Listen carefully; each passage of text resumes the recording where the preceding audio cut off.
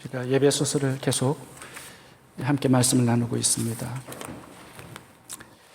교회가 어떤 것인가를 저희들이 예배 소설을 통해서 배우게 되는데요. 오늘은 교회가 어떻게 성장해 가는지를 함께 공부해 보도록 하겠습니다.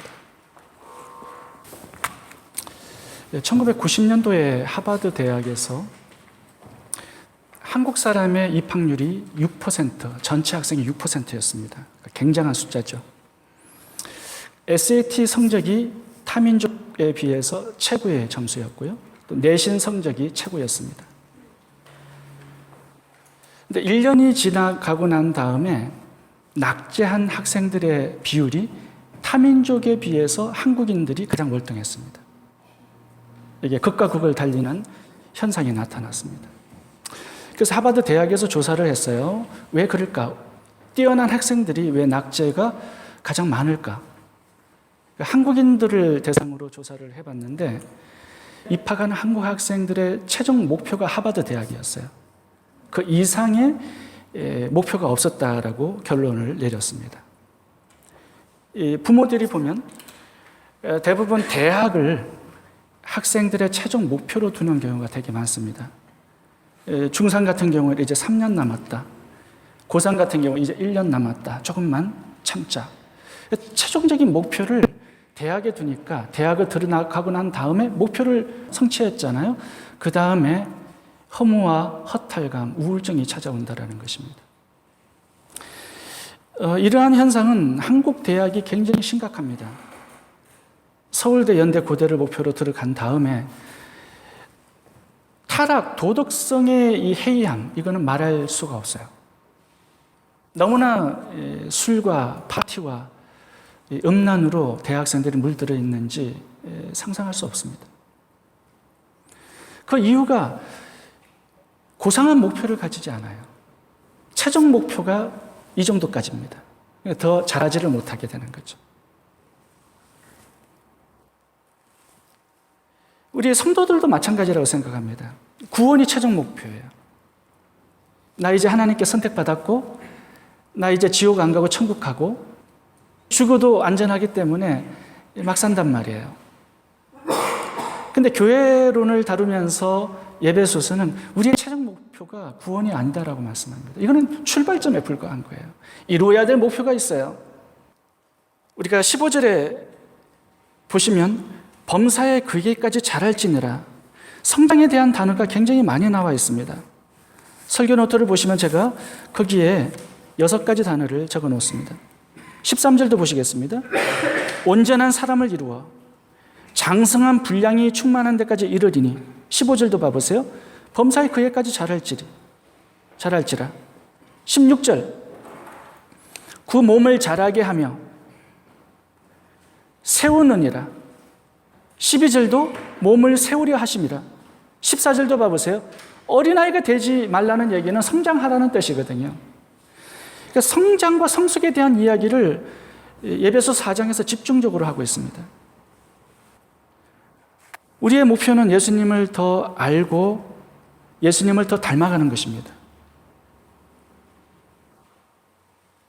우리가 성장하지 않으면 부모님들의 큰 근심거리가 돼요. 살아있으면 그 생명은 변화되고 움직이고 자라고 성장하게 되어 있습니다. 여러분, 성장하고 있으신가요? 성장이 없다면 여러분들의 신앙을 한번 되돌아봐야 합니다. 죽어 있든지 아니면 병들어 있든지 두 가지 중에 하나예요. 여러분, 성장은 그냥 이루어지지 않습니다. 부지런히 노력해야 합니다. 애를 써야 합니다. 어떻게 성장을 이룰 수 있을까요? 오늘 본문에서 몇 가지를 살펴보겠습니다. 세 번째 대제는 우리가 친교 나누면서 함께 하도록 하고요. 오늘 첫 번째, 두 번째 대제를 한번 살펴보도록 하겠습니다. 여러분, 성장하기 위해서는 몇 가지 요소가 필요한데 오늘 본문에서는 그 첫 번째 요소로 말씀이 있어야 한다라고 말씀합니다. 말씀이 있어야 성장합니다. 여러분, 여기 어린아이의 일을 버리라고 말씀하시는데요. 어린아이는 어떻게 그 어린아이를 버리는지 아세요? 먹음으로. 엄마의 젖을 먹음으로, 밥을 먹음으로 성장하면 어린아이를 버려나가는 것입니다.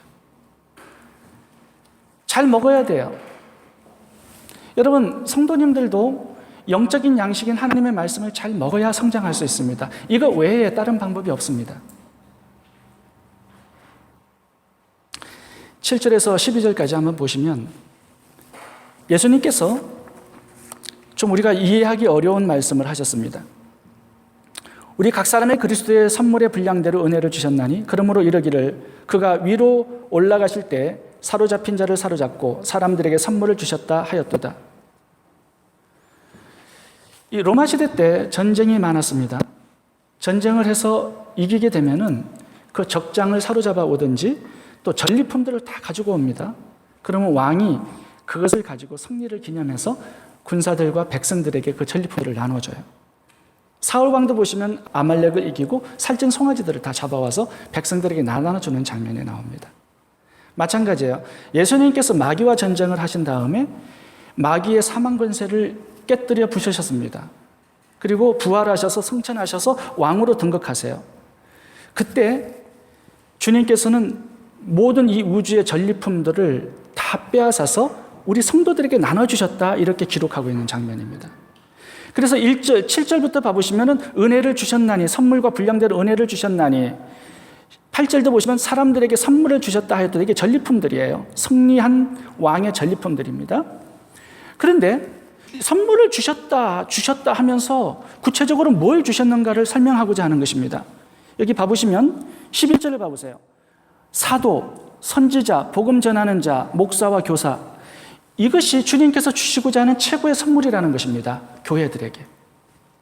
다시 말하면 말씀이 교회에게 주시는 주님의 승리의 전리품이다 이렇게 말씀하고 있는 것입니다. 왜요? 말씀이 있어야 성장하거든요. 말씀이 있어야 복을 받거든요. 말씀이 있어야 주님께서 나를 붙드시고 준비하신 예비하신 은혜와 축복들을 주실 수가 있는 것입니다. 이게 구체적으로 여러분 한번 봐보시면 말씀 사역을 통해서 결국 무엇을 주시고자 원하십니까? 12절을 봐보세요. 성도를 온전케 합니다.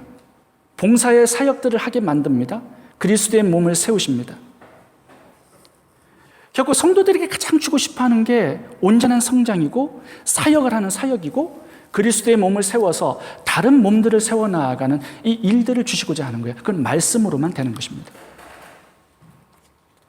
그래서 말씀이 있어야 성장합니다. 여러분, 어린 아이들에게 칼을 맡길 수 있습니까? 수술용 칼은 성장한 의사들에게, 훈련된 의사들에게 맡기는 거예요.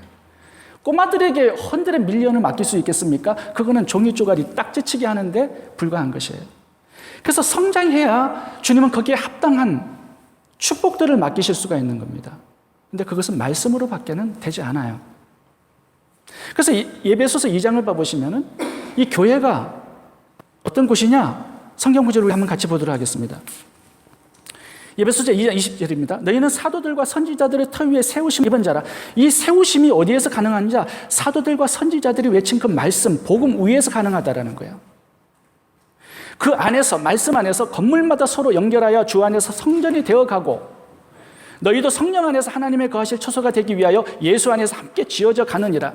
여러분, 성전으로 성장하고 지어져 가는 데 있어서 이 사도들의 선지자들의 말씀 사역이 굉장히 중요합니다. 그리고 성령께서 역사하시는데 성령은 그 다음 구절을 봐보시면 무엇으로 인도하시냐면 진리의 성령이라고 말씀하시고요.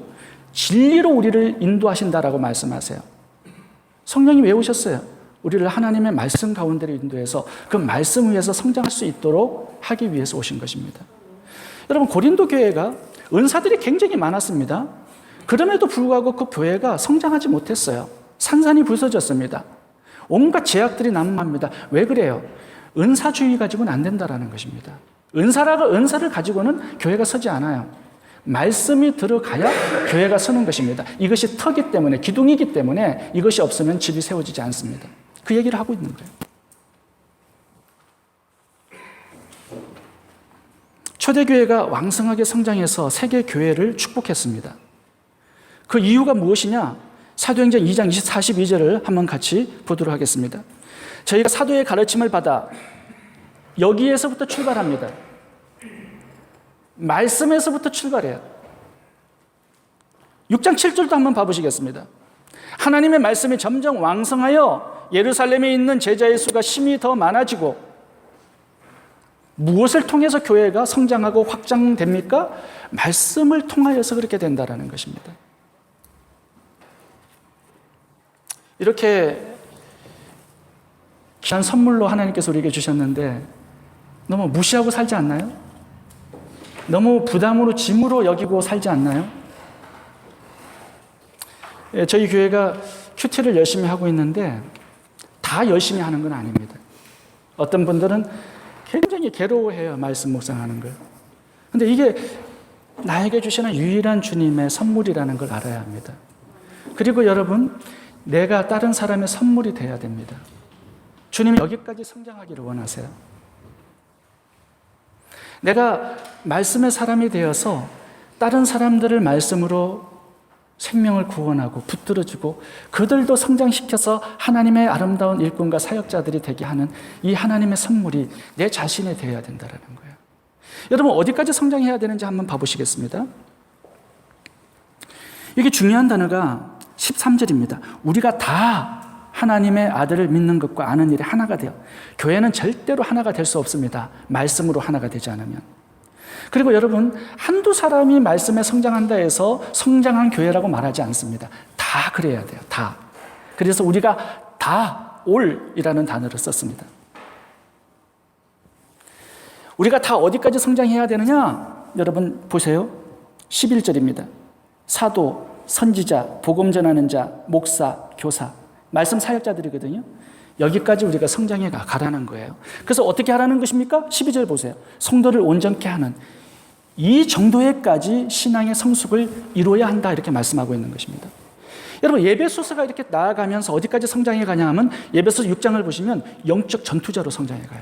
전신 갑주를 입는데 그게 다 하나님의 말씀이에요. 머리끝에서부터 발끝까지 진리로 허리띠를 띠고 예수의 보혈의 피로 흉배를 붙이고 복음의 평안의 신발을 신고 전부 다 성령의 검 하나님의 말씀을 가지고 전부 다 진리로 무장한 사람이에요. 그럴 때 영적 전투가 가능하다는 거예요. 여러분, 우리가 성장해야 합니다. 성장하지 않고 중간 정도로 살 수 있다고 생각하십니까? 절대 그렇지 않아요. 그 사람 퇴보합니다. 오늘 본문에서 마지막 구절이 무엇입니까? 이단이 찾아온다라는 거예요. 성장하지 않으면. 14절입니다. 우리가 이제부터 어린아이가 되지 아니하여 사람의 개술과 간사한 유혹에 빠져 모든 교훈의 풍조에 밀려 요동치 않게 하려 함이라. 여러분, 이단들이 누구에게 찾아오는지 아세요? 말씀이 허약한 사람들을 찾아와요.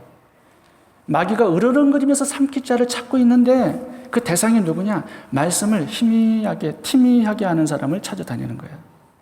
아담과 하와가 그래서 당한 것이거든요. 말씀을 아는데 희미하게 알아요. 아주 얄팍하게 알아요. 사단이 뭘 가지고 찾아오는지 아세요? 말씀으로 무장해서 찾아오는 거예요. 마귀가. 하나님 가까이서 얼마나 하나님을 잘 알고 말씀을 잘 아는지 아세요? 하나 약간 비트는 거거든요. 우리가 그것까지 알아야 당하지 않는 거예요. 그래서 여러분, 말씀으로 무장한다는 그것은요, 내 자신을 위한 거예요. 누구를 위한 것도 아닙니다. 저희 성도 중에 신천지에 갔다 오신 분이 계세요. 산호세 내려가셔가지고 신천지에 친구를 따라서 들어갔는데 2번 딱 다니시고 이건 뭔가 잘못됐다라는 걸 깨달았다고 저에게 전화 연락이 오셨어요. 말씀을 알면은 이게 잘못됐다는 걸 알아요. 근데 말씀을 희미하게 알잖아요. 그게 쏙 빠져버립니다. 말씀이 너무 달콤하기 때문에. 황지윤 성도님이 어느 날 우리 집에 금요 성경 공부를 하는데 신천지 신자를 하나 데려오셨어요. 신천지 신자가 한 2달 정도 저희 성경 공부에 모임에 오셨어요. 제가 무슨 말을 하면 받아쳐요. 근데 한 2달 정도 나오더니 여기 있는 저희들이 한 5명 정도 모였는데요. 여기 있는 사람 당할 사람이 없다는 걸 스스로 아시고 자기 교회로 돌아가셨어요. 만약에 우리 성도들 중에 말씀을 이렇게 그분이 이렇게 얘기하는데 맞는 것 같아 혹 빠지잖아요. 그 따라가게 돼 있는 거예요. 어떤 사람들은요, 마음이 허전한 분들이 계세요. 말씀이 충만하지 못하기 때문에. 그러면 기웃거리게 돼 있는 거예요, 세상으로. 그러다가 잡혀먹는 것이거든요. 한 분이 알코올 중독자가 계셨는데 그 알코올 중독자들의 테라피를 보면요, 우유를 잔뜩 먹여요. 퇴근할 때 우유를 잔뜩 먹이고 배가 부르잖아요. 그럼 술집 앞을 지나가도 마시고 싶은 욕구가 더 생기지 않아요. 그러니까 뭘로 하나 꽉 채워지잖아요. 그러면 다른 것을 더 담을 수가 없는 거예요. 왜 우리가 자꾸 세상에 기웃거리고 세상의 것들을 욕심내는지 아세요? 이 하나님의 말씀, 하나님의 진리로 가득 채워지지 않기 때문에 속이 허한 거예요. 여러분, 하나님의 말씀을 가지고 성장해야 됩니다. 어디까지? 사도, 선지자, 복음 전파자, 목사, 교사 이 정도까지 성장해서 12절 성도를 온전케 하고 봉사의 일을 하고 그리스도의 몸을 세우는 이런 성숙한 사람들로 세워져 가야 합니다. 이것이 교회 성장의 비결입니다. 다 그렇게 돼야 된다는 거예요. 두 번째 보시겠습니다. 교회가 성장하기 위해서는요, 평신도 사역이 굉장히 활발해야 합니다. 목사 한 사람만 뛰어다녀가지고는 교회가 성장하지 않습니다. 다 그리스도를 믿고 알고 담는 데 성장해서 다 사역자가 돼야 돼요. 다 사역자가. 근데 보통 교회를 보면요, 목사 전도사들만 일하고 평신도들은 그냥 구경꾼으로 관람객으로 참여하는 정도로 계시는 분들이 많으세요. 그러면 절대 교회가 성장되지 않습니다. 이게 오늘 본문 보시면요, 지체가 각자 자기의 역할을 해야 한다 이렇게 말씀을 하고 있습니다. 눈은 눈, 귀는 귀, 입은 입, 치아는 치아로 하나님께서 그 사람에게 맡겨주신 고유 사역을 역할을 잘 감당해야 건강하게 교회가 성장할 수 있다고 말씀하세요. 이제 이것이 안 되면 교회가 혼란에 빠지고 분열이 생기는 것입니다. 여러분, 본문에 여러 가지 직분이 나오는데 사도, 선지자, 복음 전파자, 목사, 교사 이렇게 나와요. 그리고 12절을 보시면 성도라는 다른 직분이 또 하나 나옵니다. 11절에 나오는 이 네 가지 직분은 다 말씀 사역이에요. 말씀 사역. 근데 여러분, 사도, 선지자 없습니다, 요즘에. 그러니까 목회자라고 통일을 할 수 있어요. 교사가 나오는데 이 교사는 따로 나오는 게 아닙니다. 헬라어 원문을 보시면 a pastor and teacher라고 나와요. 단수가 하나 붙으면 이 두 가지가 같은 사람이라는 뜻이거든요. a pastor and a teacher 하면 두 사람이에요. 근데 헬라어 본문은요, 관사가 하나 나와요. a pastor and teacher라고 나옵니다. 그러니까 목사의 사명은 가르치는 데 있다라는 거예요. 말씀을 가르치는 것이 목사의 주된 사역이다 이렇게 말씀하고 있는 것입니다. 이 11절의 모든 사역은 전문적인 말씀 사역자들이에요. 말씀 사역을 왜 하는가? 그 목표가 12절에 나옵니다. 성도들을 온전하게 하고 성장시키는 거죠. 봉사의 일을 하는 사역자로 만들어주고 그리스도의 몸을 함께 세워나가는 이 세 가지의 일 때문에 말씀 사역이 필요하다라고 말씀하고 있는 것입니다. 다시 말하면 목회자의 사역과 성도, 평신도의 사역이 분단되어 있다는 거예요. 나누어져 있는 거예요. 하나님께서 원하시는 교회는요, 성장하는 교회는요, 평신도와 목회자들의 사역이 잘 분단되어 있는 것이 특징입니다. 목회자의 역할은요, 평신도가 잘 사역할 수 있도록 돕는 거예요. 그분들의 은사를 발견해 주고요, 훈련시켜주고 사역자를 길러내는 것이 목사의 주된 역할입니다. 그런데 오늘날은요, 이게 잘 분담되지 않고 있어요. 그래서 교회가 문제가 많은 겁니다. 하나님께서 설계하신 교회의 목적대로 나가지 않기 때문에. 특별히 저희 교회도 그런 것 같아요. 저의 사명이 성도들을 온전케 해가지고 봉사의 일을, 사역을 하는 것으로 만들어 놓아야 되는데 평신도들이 해야 될 사역을 제가 다 빼앗고 있어요. 저 혼자 뛰고 있어요. 느낌이 그렇다는 거예요. 그렇진 않지만. 제가 여러분들을 온전하게 훈련시켜서 봉사의 일을 하고 그리스도의 몸을 세우는 이런 사역의 일꾼들로 만들어 나아갈 때 이 교회가 건강한 것입니다. 근데 여러분들이 제 자리를 탐내서 설교하려고 그러고 저는 여러분들이 하는 역할들을 하려고 하면은 이게 안 되는 거예요. 제가 여러분들의 일을 다 빼앗아서 하게 되면 지쳐요. 가장 큰 문제는 하나님께서 여러분들에게 맡겨두신 그런 사역들을 제가 다 빼앗음으로 인해서 여러분들이 받아야 될 상급을 빼앗긴다는 사실입니다. 그러니까 여러분들이 여러분들의 사역들을 발견하시고 여러분들이 사역들을 잘 감당할 수 있도록 성장해 가야 돼요. 제가 그 부분을 도와드려야 된다는 말씀입니다. 여러분, 예수님의 일을 한다는 것은요, 굉장히 큰 특권이에요. 이 사역의 특권과 영광을 평신도들이, 성도들이 누릴 수 있도록 도와주는 것이 바로 저의 역할입니다. 성도님들이 분명히 아셔야 합니다. 평신도가 목회를 도와주는 것이 아니라 목회자가 평신도의 목회를 도와주는 거예요. 이게 건강한 교회의 원리입니다. 목회자의 역할은 평신도들이 사역을 잘 감당할 수 있도록, 교회의 몸을 세워갈 수 있도록 훈련하는 거예요. 제가 이제 그 부분을 하려고 하는 것입니다. 제 새로운 목표가 뭐냐 하면, 지난 금요 모임에서도 말씀드렸듯이 성도님들이 저보다 더 많은 상급을 하늘나라에서 받는 거예요. 그리고 제가 여러분들을 사역으로 성공시켜 드리는 것이 제 새로운 목표입니다. 여러분, 사도행전 6장을 봐보시면 예루살렘 교회가 이제 막 성장을 하기 시작했습니다. 근데 교회가 문제가 생겼어요. 구제가 너무 많아가지고 교회에서 싸움이 생긴 것입니다. 그동안은 이 구제 사역을 누가 했냐면 사도들이 했어요. 모든 재물들을 가지고 와서 사도들의 발 앞에 두고 사도들이 그 일을 한 것입니다. 그러니까 사도들이 너무 바쁜 가운데서 말씀 사역을 등한시하게 된 거예요. 그러니까 어떻게 되면 교회에 문제가 온 거예요. 자, 여기에서 문제를 해결하는 방법을 제시했습니다. 사도행전 6장에서는 7 집사를 뽑아서 그 집사들에게 교회 행정과 사역을 맡겨요. 그리고 목회자들은 뭐라고 말씀하냐? 우리는 기도하는 것과 말씀 전하는 것에 전무하리라. 사역이 분명하게 분할이 되고 분담이 될 때 그 교회가 다시 한번 완성하게 세워져서 건강한 교회로 세계 교회에 영향력을 끼치는 초대 교회가 된 것입니다.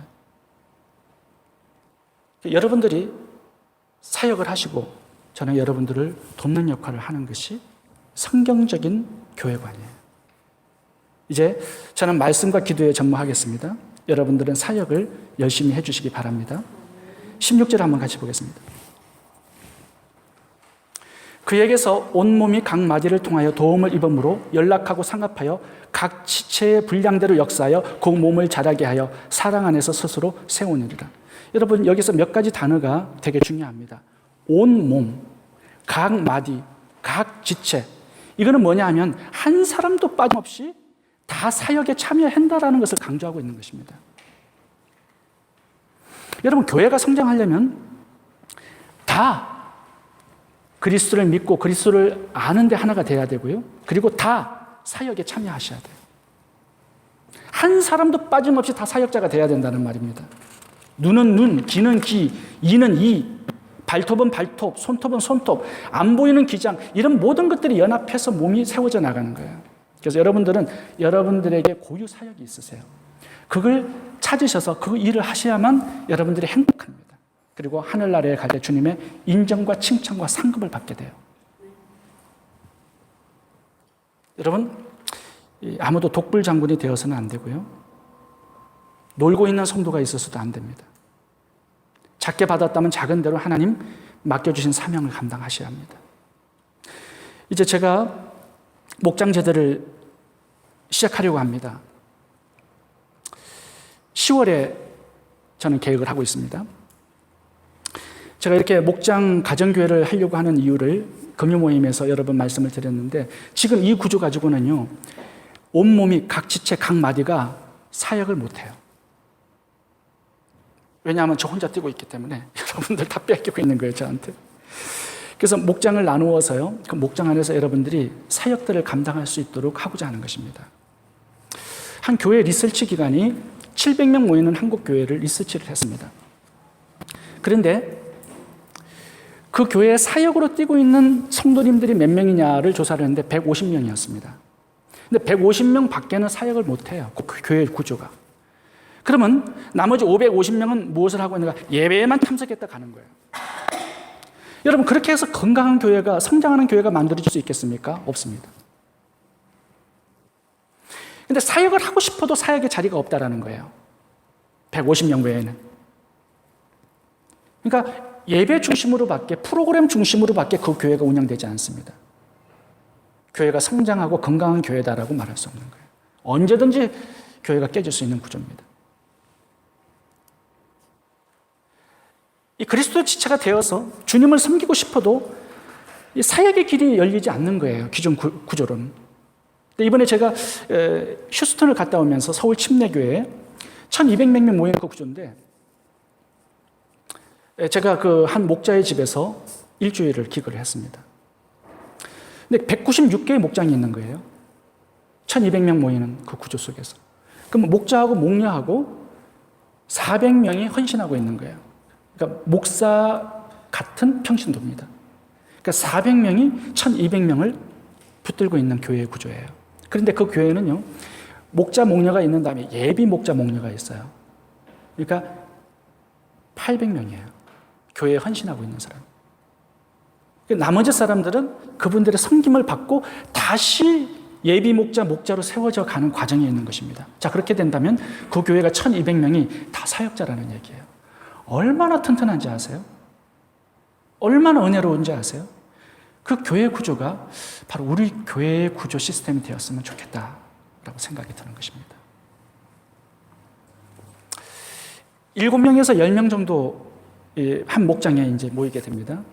자, 그러면 그 목장 안에 필요한 직분이 어떤 거냐 하면 목자, 목녀, 회계부장, 신교부장, 선교부장, 또 뭐 있습니까? 가르치는 사람, 기도 제목들을 또 보내주는 사람. 누구나 사역이 다 가능하다라는 거예요. 그래서 주님께서 맡겨주신 자기의 은사대로 섬길 수 있어요. 목장에서 성도님들을. 그리고 목장의 핵심이 뭐냐 하면 영혼 구원이에요. 전도하는 거. 그래서 그 한 사람당요 5명의 VIP 전도 대상자들을 가지고 와요. 그러면 10명이면 50명을 놓고 기도하는 거예요. 한 목장에서. 야, 저는 가서요 얼마나 놀랐는지 몰라요. 이 10명 정도가 모이는 한 목장이에요. 50명의 영혼들을 책임지고 아파하고 기도하고 섬기고 대단한 교회입니다.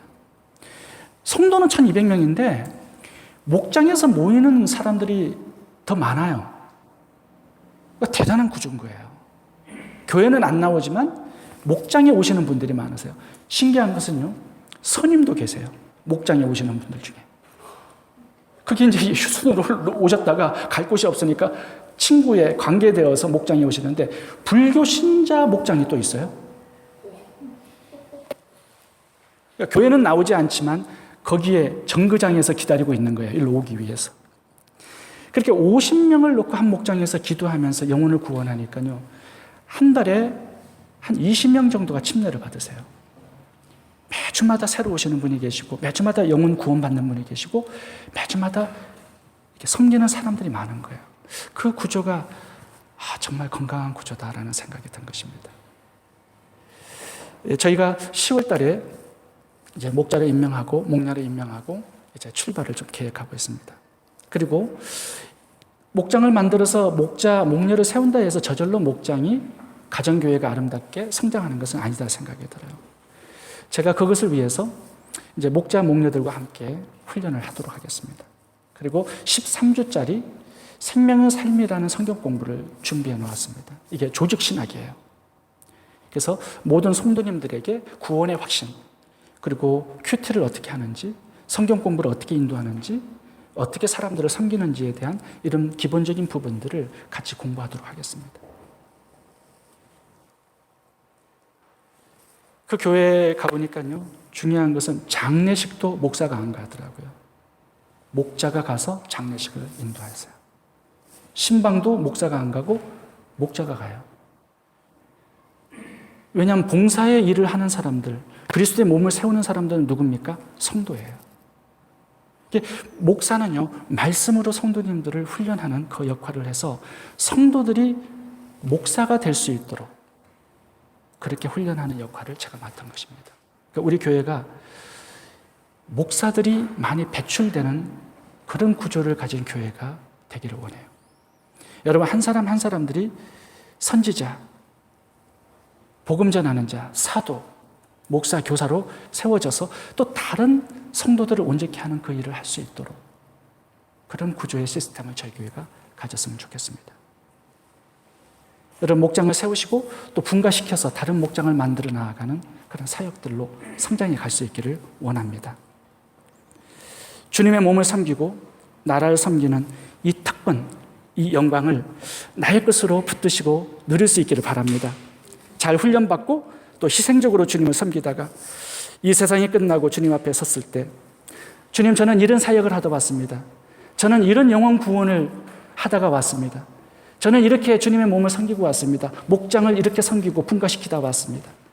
주님께 인정받고 칭찬받고 상급받는 저와 여러분 될 수 있기를 바랍니다. 기도하겠습니다.